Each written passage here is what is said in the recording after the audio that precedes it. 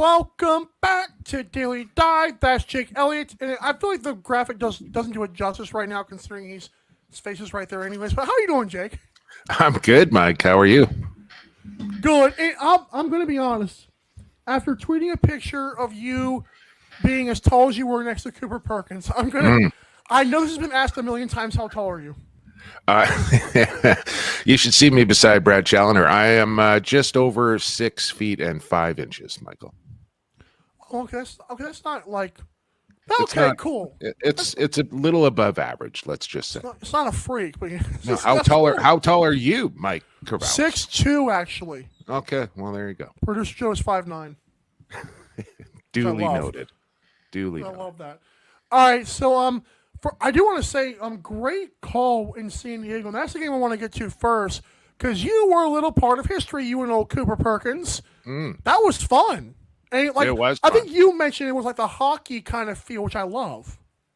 Yeah. Well, I see you're wearing your San Diego Seals shirt, Big Mike. Yes, so, sir. yeah. No, I think I equated it to a bit of a pitcher's duel, right? Where, Yes. sometimes you're going to see a bunch of home runs and a bunch of runs put up, and that's exciting to watch. But I was just as entertained watching two goaltenders and two great defenses kind of go back and forth. And I was like, it was like watching a pitcher that was just in the zone, striking out batter after batter. So, I don't mind a 14-12 game, and I certainly don't mind a 10-8 game. And if making a little history with a 6-5 job, sign me up. It was a great time down there in San Diego calling a game with Cooper. Absolutely. I got to ask you, I think we asked you this before, but I'll ask it again just because you're now doing Vancouver, Las Vegas, and San Diego. Like I know Vancouver's the main one, but you dabble in a few of those Western Coast games. Yeah, I get to do play-by-play in Vancouver, aside from the TSN linear games where my good buddy Teddy Jenner gets to slide into the chair for those ones. Excuse me. But then I get the opportunity to be a color analyst down in Las Vegas. But I'm actually going to be doing a couple of games on play-by-play in Las Vegas this season as well. Zach Greer will be alongside me for the next one here in a couple of weeks. And the San Diego one was just kind of a one-off, I think, for right now. Nick Ocello away for the holidays, maybe up in Alaska or something with family. Alaska's not that close to San Diego, so couldn't get back in time for face-off. So they brought old Jumbo down for a game down there in San Diego, which is super cool, and it just so happens that I got San Diego last weekend. I get San Diego, Vancouver this weekend. And then the following weekend, guess what? I get Las Vegas and San Diego. So lots of Seals over the next 3 weeks. I did not, when I wore the shirt, I did not know all that part of it, but I don't like to be biased here, but I'll take it. Before we get into the Seals game, which I love, I want to talk to you first about the Vancouver Warriors as a whole. Sure. They are 2-1. I believe you had one of the home games against Rochester, I believe. Yes, sir. What have you seen from Vancouver? I think they look good. I've got a few players I want to talk about, but Vancouver as a whole, how they look for you? Yeah, I think that just the steady progression, right? Where we saw them kind of finish off last year, I think they've kind of picked up again this year. And, that Colorado game has got a sting here a bit, Mike. Like they could easily, I feel like, be 3-0 right now. And Colorado looks like they've regained their form here a little bit, which makes that loss a little more disappointing, right? Being up that big at halftime and letting that one slip away. But I think they responded really well against Rochester in a bit of a defensive battle there. And then the offense kind of came to life a little bit in Calgary. But for me, the young guys on offense are still getting integrated and learning Kurt's system a little bit, which doesn't happen overnight. He's got a very intricate offensive system, and it takes time to kind of learn where to be and when to be there and how to be there. So I think those guys like Peshko and Cormier are figuring that out, and it's only going to get better. The defense, I put up against anybody in the National Lacrosse League, with the Buffaloes and whoever. I think that defensive core in Vancouver is maybe the best in the league. And then you look at the goaltending in Naden Walsh, and it looks like he has taken a serious step forward in his game. He is now making saves that he wasn't making early on in his career. And when that defense dictates where those shots are coming from, they're saves that most NLL goaltenders should make. And now Aiden is making those saves, and he's making probably 3 or 4 a game that he probably doesn't have any business making. Exactly. And that's why you're starting to see results. So if all those things keep trending in that direction, I like where Vancouver is headed. I love that you mentioned Aiden Walsh because, listen, Del Bianco is the elephant in the room or any other room in Calgary. But I think you mean Delby on the couch show. Delby on the couch that show. was a great shirt, by the way, whoever was wearing that. But I will say, Aiden Walsh, he's still a professional goaltender. It's like in the NFL, like these backups, like they're still professional players. Yeah. And Aiden Walsh, like you said, is starting to step it up and making that trade value a little bit, not for him, but like maybe Del Bianco's not as needed. I know what you're saying. What you're saying. And he doesn't need to steal games. And there's no guarantee that if a deal with Del Bianco happens with Vancouver that he's going to be a part of it. I would expect him to be. And the better he plays, the better for Vancouver. It increases their value as far as what they need to return to Calgary to get Christian. So I think the longer he plays well, the more enticing it'll be for Calgary to maybe make a deal. And if it doesn't happen, I think Vancouver is just fine with what they got, and they feel like they can win games with him. So I think, again, the Warriors are in a pretty good spot in that situation. Love it. I got to talk to you about Owen Grant because, my gosh, this is stat line, 7 calls, turnovers, 8 blocks, but 4 goals and 2 assists. I know he had a hat trick in the one game, but if this dude becomes an offensive weapon at the same time, league on notice, right? Yeah, absolutely. And I think Kurt Kermolowski's been on record that he thinks he's got the potential to be a defensive player of the year eventually in this league. And I can't dispute it, right? Like, this guy is a mammoth of a man. He is a monster. And the power, the strength, and then the finesse and the goal scoring touch that he's got. And there's another guy, right? If I'm the Calgary Roughnecks and I'm watching Owen Grant and the Warriors want Del Bianco, Grant's the guy on the top of the list for the return, right? That's the guy we're saying, we're not trading you 35 in Roughneck colors unless we're getting 16 in black and gold back the other way. So, that's a decision that Kurt and that management team are going to need to make as well. Do they want to give up a guy like Owen Grant to get, what is arguably a franchise cornerstone and probably the best goaltender on the planet for the next decade? Do they want to give that up to get that? And as you know, in order to make trades, you got to give up something to get something. So it's going to be a real interesting situation to watch. And I don't know. I feel like the longer it goes, the less chance it's going to happen this year. I like that. I love, and just for the viewers to know, I'm not bringing Jake on to poke him about a Del Bianco trade, but because it is Vancouver, we had to touch on a little bit there. I mean, this is a former MVP of the league sitting on the sidelines, and it's not good for anybody, right? It's not good for the league. It's not good for Calgary. It's not good for the fans. We need this guy back in the league one way or the other, and I just hope both sides can kind of come to some sort of agreement and make this happen because the league is a better place when Del Bianco was in it. Yeah, I mean, social media has shown that even off the field, it's like the guy's still amazing. He's just he's a face for me. Funny guy. Yes. Vancouver, San Diego, let's talk about it. It's this week. I guess Brad's on the call with you this week? Or? Yeah, Brad and Chantel will be alongside. Looking forward to it.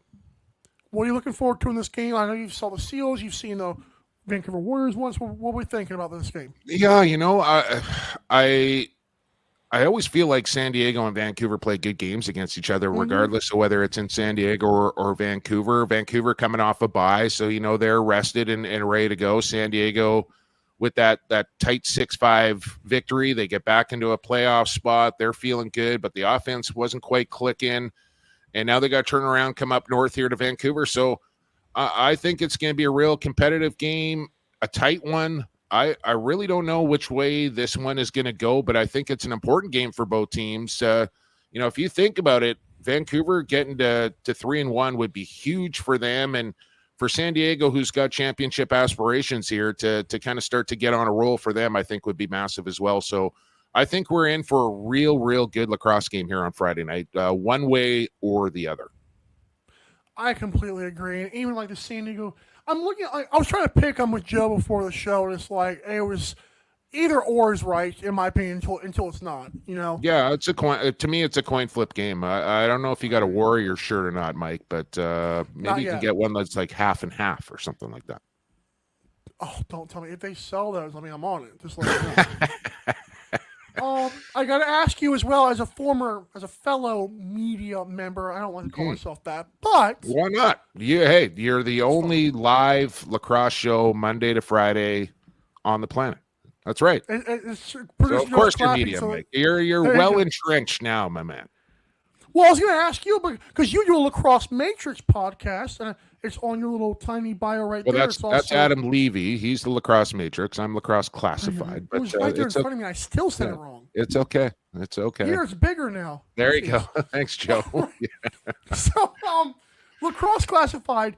A few weeks ago, I've heard like what Brett Fruit said about this, but you were on the podcast where Jamie Dowick Yeah. goes scorched earth on his part of the CBA coming up deals. How did you feel, and what was your takeaway from that?